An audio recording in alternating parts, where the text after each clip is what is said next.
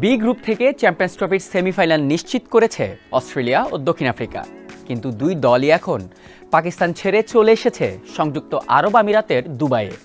সেখানে এক দল খেলবে নিজেদের সেমিফাইনাল, আরেক দল আবার নিজেদের সেমিফাইনাল খেলতে একদিন পরই ফিরে যাবে পাকিস্তানে।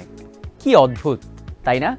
দুবাইয়ে এক দলের খেলা হলেও অন্য দলটিকে বাড়তি 2000 কিলোমিটার বিমান পথ যাতায়াত করে এই আসা যাওয়া করা লাগছে একমাত্র ভারতের কারণে।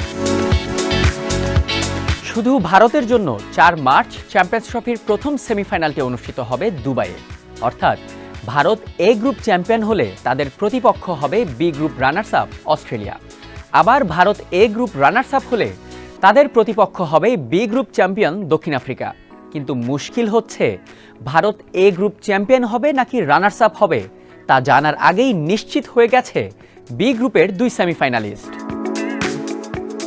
চ্যাম্পিয়ন্স ট্রফির সূচি অনুযায়ী গ্রুপ পর্বে শেষ ম্যাচটি হবে ভারত বনাম নিউজিল্যান্ডের মধ্যে। সমান পয়েন্ট নিয়ে এরই মধ্যে সেমিফাইনালও নিশ্চিত করেছে দল দুটি। কিন্তু কে গ্রুপ চ্যাম্পিয়ন হবে আর কে গ্রুপ রানার্স আপ হবে তা জানা যাবে 2 মার্চ ম্যাচের পরেই। আর এই ম্যাচের পর মাঝে সেমিফাইনালের আগে বিরতিও মাত্র একদিন। অস্ট্রেলিয়া ও দক্ষিণ আফ্রিকা যদি সেমিফাইনালের ভেন্যু নিশ্চিত হওয়া পর্যন্ত পাকিস্তানে অবস্থান করত, সেক্ষেত্রে 2 মার্চ রাতে ভারত নিউজিল্যান্ডের ম্যাচের ফল দেখে তড়িঘড়ি বিমানে চড়তে হতো যে কোনো এক দলকে।